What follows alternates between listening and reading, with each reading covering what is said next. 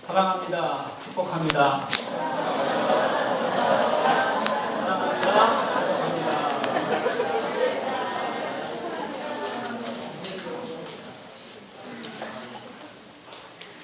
예.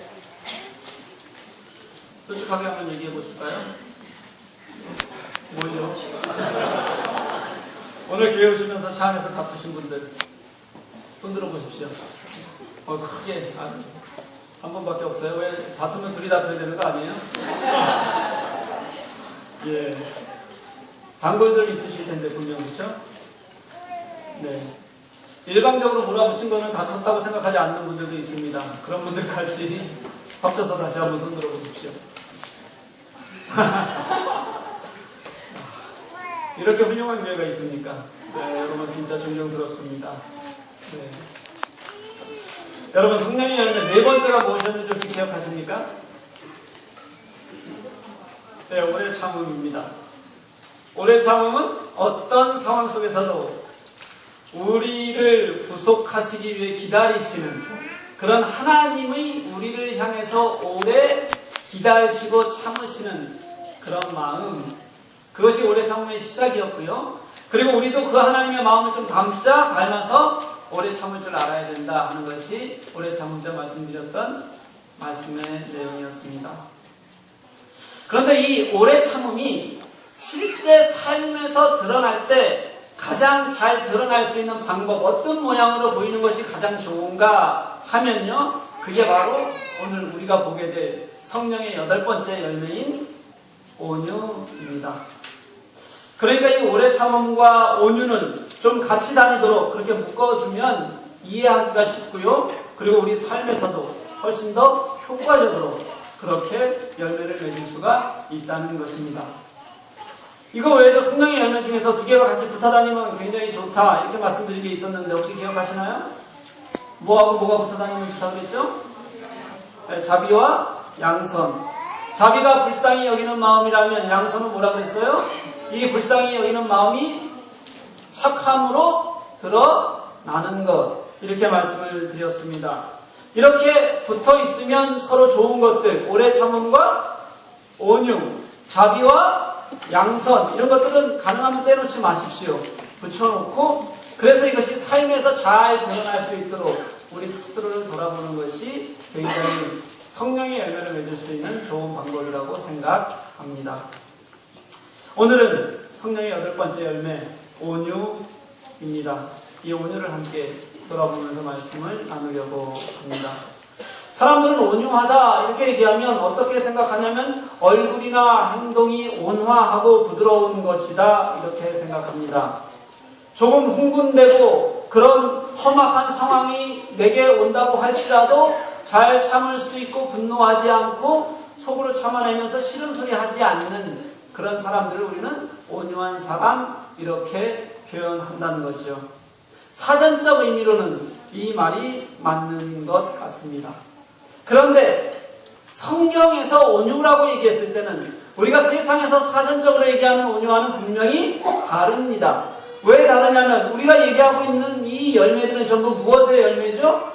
성령의 열매라는 거죠. 성령의 열매는 그냥 우리가 세상 속에서 할 수 있는 것들이 아니라 하나님으로부터 오는, 하나님께서 규정 지어진 또 다른 무엇인가가 있기 때문에 우리는 이것을 성령의 열매라고 하기 때문입니다. 이 오늘 본문 온유라는 헬라어가 프라우스인데요. 풀하우스 말고요. 프라우스입니다. 네.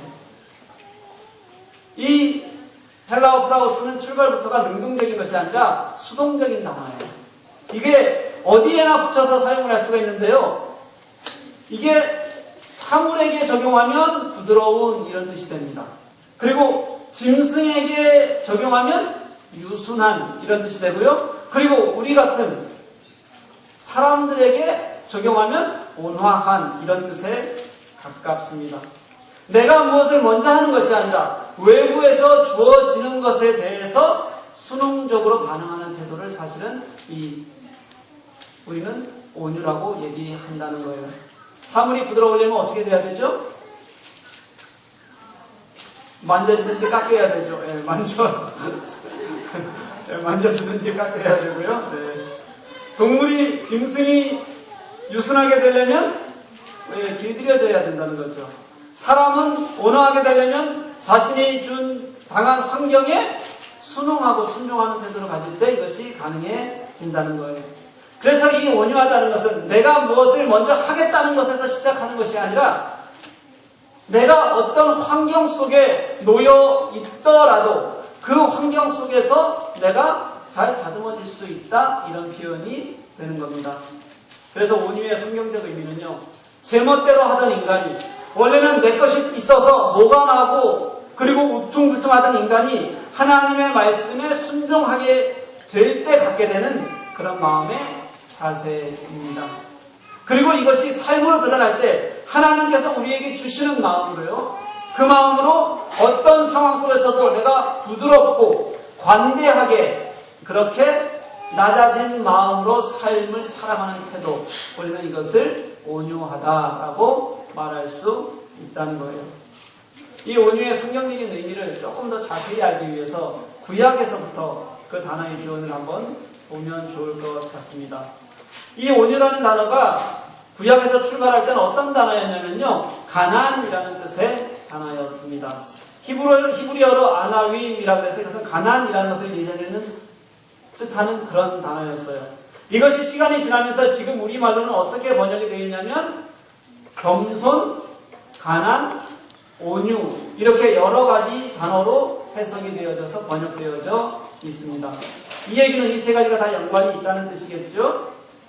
원래 이 아나임은요, 단순히 가난하다 이런 의미였는데요. 그런데 시간이 지나면서 이 가난한 사람들은 부자들이 가진 권력 때문에 그들이 부자들의 권력에 눌려서 억압을 받고 착취를 당하고 고통 속에 놓이는 삶을 살게 됩니다. 그러니까 이 가난한 사람들은 그 고통 속에서 어찌할 바를 몰라서 헤매다가 점점 더 하나님을 갈망하게 되고요, 이 하나님을 갈망하는 마음이 커지고 이 교만한 자들, 부자들이 교만은 점점 더 커져서 이게 쌍벽을 이루면서 갈라지게 될 때 하나님께서는 이들의 악한 세상을 심판하시고, 그리고 이 가난한 자들이 하나님을 향한 마음을 들어 사용하셔서 이들을 사용하셔서 구원을 이루게 하신다. 이게 선지서에서의 남은 자 사상이라는 겁니다. 바로 이렇게 부자들의 폭압과 압력과 착취, 이런 것들을 대표하는 교만이라는 단어와 반대해서 사용된 단어가, 그래서 이 가난이라는 단어가 온유로 바뀌면서 사용되게 되어졌다는 겁니다. 이렇게 완전히 다른 의미로 이제는 사용되게 됩니다. 그러니까 이 교만이 자기의 생각이나 환경 때문에, 내가 가진 것 때문에, 더 가지려는 것 때문에 권력을 행사하고 과시하고 다른 사람들을 억압하면서 하나님 앞에 겸손하지 못한 태도라고 우리가 그렇게 얘기한다면, 이 온유라는 것은 내가 하나님을 의지합니다, 내가 하나님의 말씀에만 순종하면서 낮아져서 하나님과 함께 생활하며 그래서 삶이 관대해지고 그래서 내가 더 부드러운 삶을 살게 되는 것입니다 라는 것이 바로 온유라는 말씀 속에 들어있는 역사적인 배경이라는 거예요. 이렇게 온유는 하나님께서 지배하시는 힘에 의해서 시작하기 때문에 그래서 수동적으로 시작하는 것이고요, 이것이 삶에 분명히 드러나고 그래서 우리가 살아야 되기 때문에 능동적인 개념으로 바뀌게 되는 거고요. 그래서 이것을 우리가 뭐라고 불러요? 성령의 열매다, 이렇게 부르게 된다는 거예요. 좀 어렵죠? 근데 어려울 때는 본문을 가지고 다시 한번 설명을 해드려야겠죠. 오늘 설명만 하다 끝날 거예요. 좀 기다려 주십시오. 오늘 예수님께서 본문에서 말씀하시는 구조도 똑같아요. 바로 지금 제가 설명드렸던 이렇게 구약에서 시작된 온유라는 단어가 나오게 된 배경이요, 가난한 자들과 교만한 자들의 호갑이라는 이 대립된 구조를 보여주시면서 이 상황 속에서 예수님이신, 메시아이신 그 예수님께서 이 가난한 자들에게 어떻게 구원을 행사해 가시는가 하는 이야기가 오늘 본문의 말씀입니다. 그리고 이것이 예수님의 온유함이다 라고 예수님께서 설명하고 있다는 거예요. 수고하고 무거운 짐진 자들아 다 내게로 오라. 여러분들 너무 좋아하시는 말씀이고 누구나 잘 알고 있는 말씀입니다. 많은 분들이 이 말씀을 보면 내가 힘들고 지치고 그랬으니까 하나님께서 날 쉬게 하시려는가 보다 라고 생각하지만 지금 말씀드렸던 대로 배경은 거기서 온 것이 절대로 아닙니다. 여기서 수고하다는 단어는요, 현재 분사 능동형이에요. 지금 내가 여전히 수고하고 있다는 그런 뜻입니다. 여러분, 지난주에 제가 수고가 무슨 뜻인지, 수고가 단어적으로 어떤 의미를 가지고 있는지 설명드렸는데 여러분들 혹시 기억하십니까? 예, 제가 지금 이걸 묻는 게 이해가 잘 안 되시죠? 예, 저도 제가 물어놓고도 이해가 되지 않습니다. 여러분들에게 별걸 다 기대하는 거죠. 예. 제가 지난주에 이 단어를 그대로 설명을 이렇게 했습니다. 약해지다, 피곤해지다, 소진하다, 지치도록 힘들다. 이런 뜻이라고 말씀을 드렸어요. 좀 기억나시나요? 네. 설마요. 네.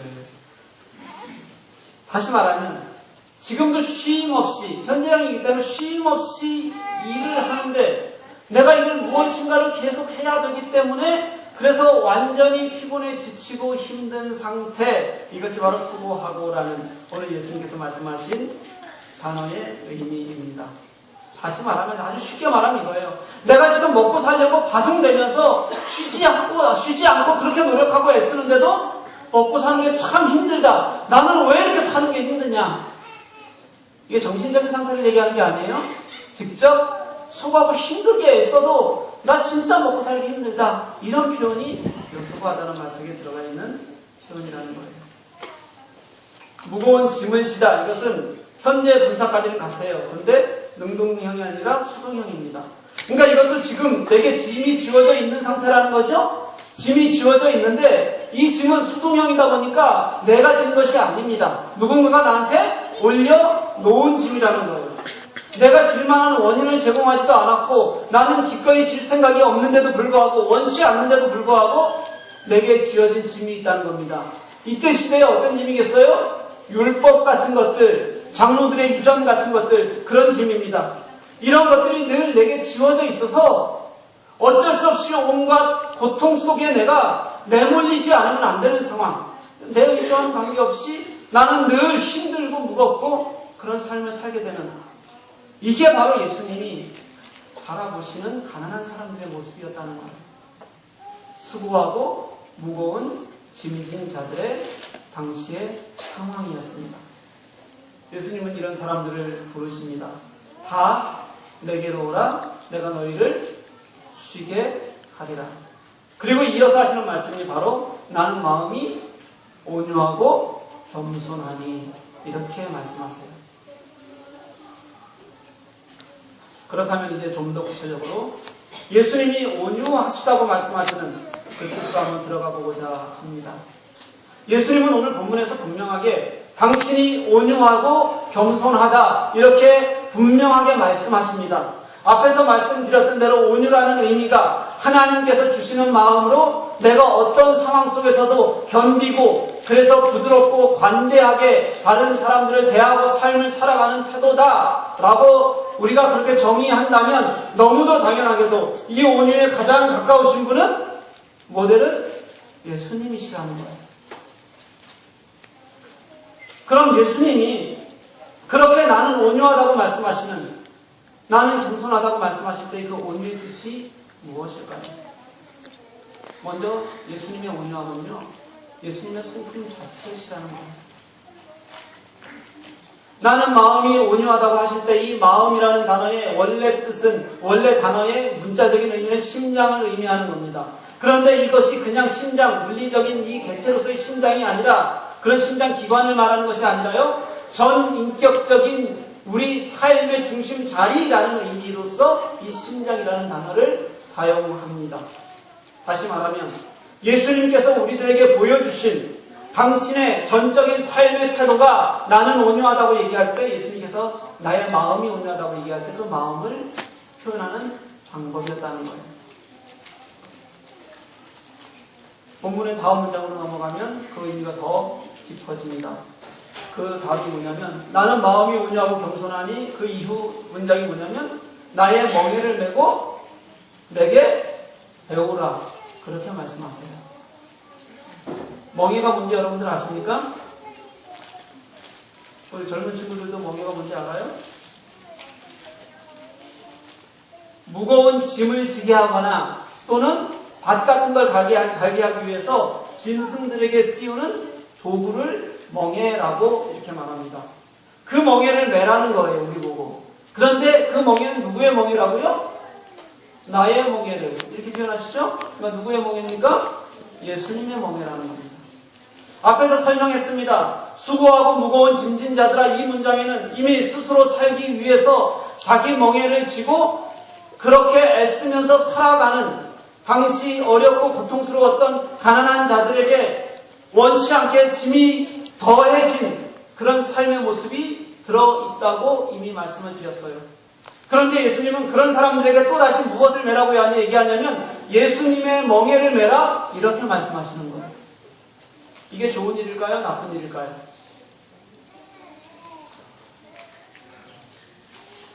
힘들어 죽겠는데 또 매라 그러세요. 여러분 좋은 일일 것 같으세요? 나쁜 일일 것 같으세요? 뭐 예수님이 말씀하셨으니까 무조건 좋은 일입니다. 여러분들 고민하지 마세요. 좋은 일이에요. 왜냐하면 예수님의 명예를 매기 위해서는 그들이 해야 될 것이 하나가 있어요. 그게 혹시 뭔지 아십니까? 내 멍에를 벗는 거예요. 멍에를 두 개를 동시에 맬 방법은 없습니다. 그렇기 때문에 예수님께서 나의 멍에를 메고 내게 배우라고 말씀하실 때 그들의 수고와 그들의 고통을 알고 있는 예수님께서 이제 너희들이 가지고 있는 그 멍에를 메고 있는 상황을 너의 멍에를 벗겨내시겠다 하시는 예수님의 은혜가 들어있는 마음, 이것이 바로 나의 멍에를 메라는 말 속에 들어있다는 거예요. 그것이 예수님이 당신의 삶을 통해서 우리들에게 보여주시는 예수님의 온유함이라는 겁니다. 이제 상황이 바뀌어졌습니다. 내가 그렇게 고통스럽게 생각하고 나를 짓누르고 있던 멍에가 있었는데 내가 원치 않는데도 불구하고 나는 어쩔 수 없이 강제로 지어진 짐이 있었는데 그 짐이 내려놓아졌다는 거예요. 그리고 대신해서 온유하신 예수님께서 주시는 그분의 멍에를 매면 됩니다. 그런데 그 멍에가 어떤 멍에냐면요, 30절 말씀에서 이는 내 멍에는 쉽고 내 짐은 가벼우니라 이렇게 말씀하세요. 할렐루야. 제가 이거 원래 잘 안 하잖아요. 근데 좀 크게 하려고 했는데 잘 안 되네요. 진짜 이게 크게 하려고 했어요. 일단 잘 못하니까 할렐루야를 외치고 싶은 거예요. 내 멍에를 내려놓고 예수님의 멍에를 내라고 하셨는데 그 멍에가 쉽고 그분의 짐은 가볍다는 겁니다. 얼마나 좋습니까? 그런데 여러분 정말 그렇습니까? 예수님의 멍에가 진짜 가볍습니까? 쉽습니까? 예수님의 멍에는 이 땅을 모든 이 땅의 죄악을 대신하고 그 죄악을 지고 가시는 그런 고통이었습니다. 우리의 모든 죄악을 지탱하는 무게가 예수님이 진 짐이셨고 그 무게를 얹고 가는 마음으로 십자가를 지고 골고다를 올라가시는 그 길이 저는 예수님이 멍에였다고 그렇게 생각합니다. 그런데 어떻게 그 멍에가 쉬운 것이고 어떻게 그 멍에가 그 짐이 가벼울 수가 있겠습니까? 그건 아니라는 거죠. 그럼 예수님께서는 왜 이렇게 말씀하실까요? 여기에 바로 예수님이 하신 일, 당신의 온유함으로 우리들에게 보이신, 대신하신, 대리하다, 대신하다라는 그런 대속의 의미가 들어가 있는 거예요. 멍에가 쉽다고 할 때 이 쉽다는 표현은 어떤 뜻이냐면요, 태도가 친절하다, 자비하다, 은혜스럽다 이런 뜻입니다. 무엇이냐면 예수님의 멍에 자체가 가벼운 것이 아니라요, 예수님이 우리의 멍에를 대신하심으로 인해서 내가 예수님 안에 있으면 그 예수님의 은혜로 인해서 그 예수님의 자비하심으로 인해서 그분이 다 지심으로 인해서 우리의 멍에가 가벼워진다는 것, 이것이 예수님께서 우리들에게 말씀하신 나의 멍에는 쉽고 내 짐은 가볍다는 의미라는 것. 그분이 당신의 은혜로 당신의 자비하심으로 나의 것을 가볍게 하시겠다. 우리 인간들의 죄를 대신해 죽으심으로 그 큰 멍에를 감당하셔야 될 예수님께서 우리를 사랑하시고 불쌍히 여기셔서 우리를 이 세상 속의 고통 속에서도 그리고 이 세상의 모든 죄악 속에서 우리를 건져내기를 원하셔서 그리고 우리를 그 당신의 품 안에 가둬두기를 원하는 마음, 이것이 바로 예수님의 온유라는 것. 예수님은 이 땅의 삶 속에서 자신이 가장 무자비하게 노출되셨던 그런 분이셨지만 우리를 사랑하는 그 마음으로 그 고통을 이겨내시고 결국은 온유함으로 우리의 구원을 여셨다는 것이 바로 오늘 말씀 속에 있는 가장 큰 핵심이라는 것. 사랑하는 교회 여러분, 이제 온유가 예수님의 온유하심이 무엇인지 정확히 아시겠습니까? 온유는 그저 내가 할 수 있는 한 온화하고 부드럽게 보이는 것, 그런 것이 절대로 아닙니다. 내가 그리스도인으로 살기 위해서 이 땅에 어떤 상황에 놓일지라도 내가 예수님이 나에게 하셨던 것처럼 적극적으로 그 상황을 이겨내고 내가 예수님 안에 있으니까 그래서 내가 겸손할 수 있고 내가 너그러울 수 있고 이것이 나의 삶에서 드러나면서 그렇게 사람들과 함께 살아가는 태도가 우리들에게는 온유함이라는 거예요. 그래서 이 온유는 우리의 마음이 하나님께 집중돼 있고 고정되어 있을 때만 가능한 것입니다. 어떤 외부적인 환경 속에서도 나의 하나님을 향한 마음이 변하지 않기 때문에 그래서 내가 인내할 수 있는 것이고 내가 그 하나님을 바라보는 마음이 늘 그것을 통해서 힘을 얻기 때문에 겸손하고 너그러워질 수 있는 거예요. 그렇기 때문에 온유한 사람은 이 땅에서 하나님과의 관계를 실현하며 살고 있는 사람과 동일한 사람이 되는 것입니다. 마태복음에 나오는 산상수훈, 물 마시면 괜찮아요.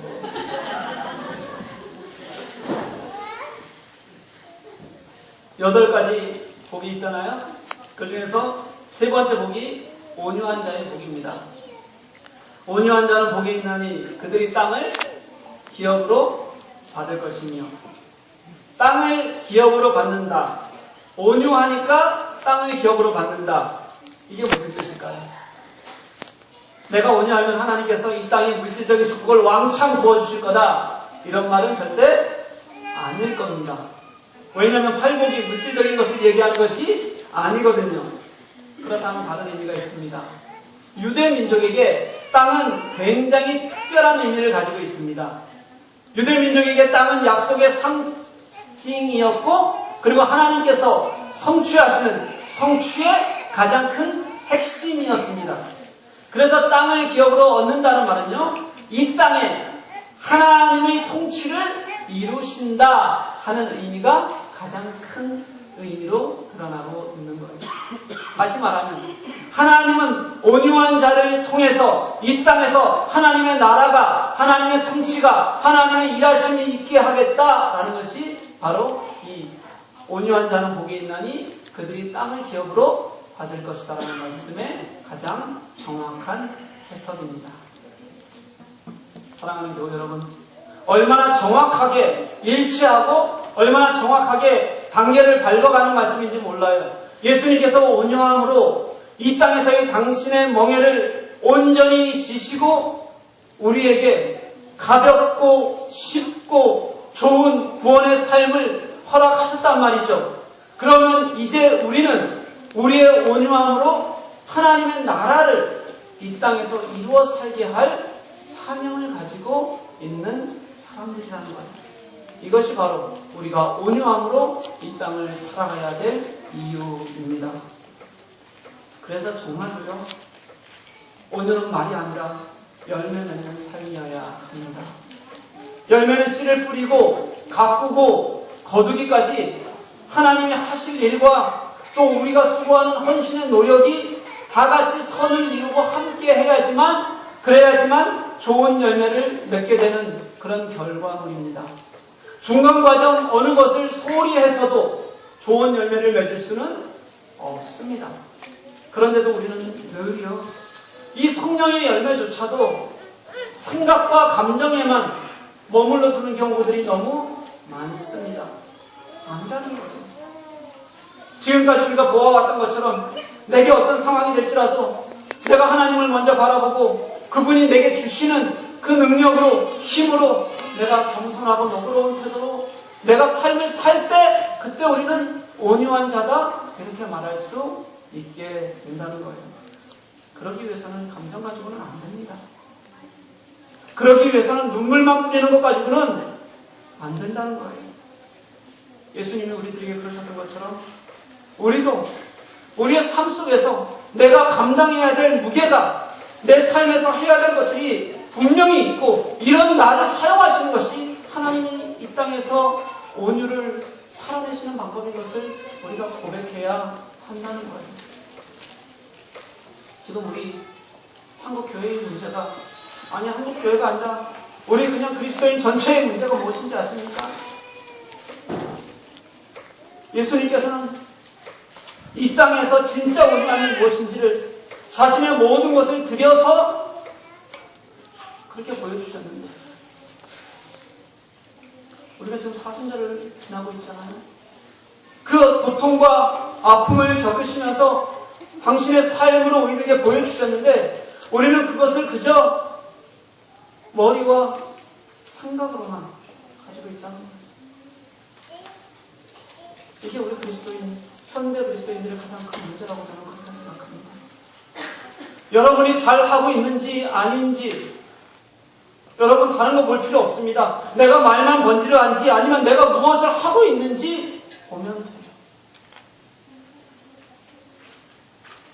예수님이 말씀하시고 나의 멍에를 매라는 말의 또 다른 의미도 있습니다. 우리나라는 보통 멍에를 지게 되면 한 마리의 소가 지는 멍에를 우리는 만듭니다. 그런데 이스라엘 땅들은 거칠기 때문에 예전에 두 마리의 소가 같이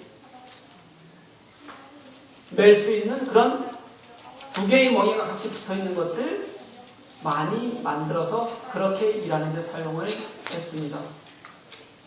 그러니 예수님께서 나의 멍에를 매라고 하신 것은요, 예수님께서 한쪽 멍에를 이미 어떻게 하셨다는 거예요? 매고 계신다는 거예요.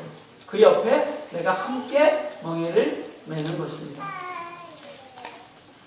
우리가 사는 삶이 멍에가 없는 삶이 아니에요. 우리가 사는 삶은 멍에를 메고 사는 삶입니다. 그게 무엇이든 간에 가볍고 무거움의 차이는 있을지 모르겠습니다. 이것을 어떻게 감당하고 받아들이냐의 차이는 있을지 모르지만 우리는 멍에를 메고 삽니다. 그런데 내가 세상과 함께 멍에를 메고 살아가느냐 아니면 내가 예수님과 함께 멍에를 살아가느냐 우리는 둘 중 하나를 선택해야 합니다. 그러니 예수님께서는 당신과 함께 멍에를 매자고 그렇게 우리를 초대하십니다. 왜냐하면 그 멍에는 크신 예수님께서 이미 함께 하시기 때문에 당신이 모든 것을 책임지시고 가시는 멍에이기 때문에 그래서 그 멍에를 함께 매면 나는 가벼울 수밖에 없다고 그리고 우리 삶에서도 그렇게 말씀해 주시는 거예요. 그런데 그게 끝이 아니더라고요. 보니까 예수님은 그것을 그냥 매라고만 말씀하시고 가볍다고만 말씀하신 것이 아니라 매고 배우라 이렇게 말씀하세요. 이 말은 모방하라는 얘기도 아니고 한번 경험하라는 말도 아닙니다. 예수님이 하신 그 온유함을 제대로 깨달아 삶으로 살아내라는 그런 의미입니다. 그러니까 우리가 신앙의 삶을 삶으로 살아내야 한다는 거예요. 사랑하는 교회 여러분, 내가 같이 메어야 할 멍에가 무엇인지 여러분들 외면하지 마시고 찾으시는 여러분들이 되시기를 간절히 소원합니다. 그냥 감정이 아니라 구체적으로 내가 나의 온유함으로 맨 멍에를 찾으시고 그리고 다른 누군가와 함께 이것을 같이 맺음으로 인해서 그가 그 나의 온유함을 인해서 다시 힘을 얻고 격려를 얻고 위로를 얻고 그래서 그가 예수 그리스도께서 나를 얼마나 사랑하시는지를 나를 통해서 알게 하시는 은혜를 하나님께서는 우리를 통해서 베풀기를 원하시는 거예요. 이게 우리가 온유를 살아가는 방법입니다. 온유는 성령의 열매입니다. 예수님이 그러셨듯이 온유함으로 우리를 대신해서 멍에를 주시고 우리의 짐을 벗겨주셨듯이 이제 우리도 우리 서로의 멍에를 온유함으로 함께 지시는 여러분들이 되시기를 간절히 소망합니다. 이런 온유의 열매가 우리의 삶에서 그리고 우리 교회 구석구석에서 말이 아니라 능력으로 드러나기를 주님의 이름으로 간절히 축복합니다. 그를 통해서 우리 교회가 성령의 열매가 온유함으로 온전히 모든 교우들에게 서로를 세우고 격려하는 힘이 될 수 있기를 주님의 이름으로 간절히 축복합니다. 우리 같이 찬양하시겠습니다.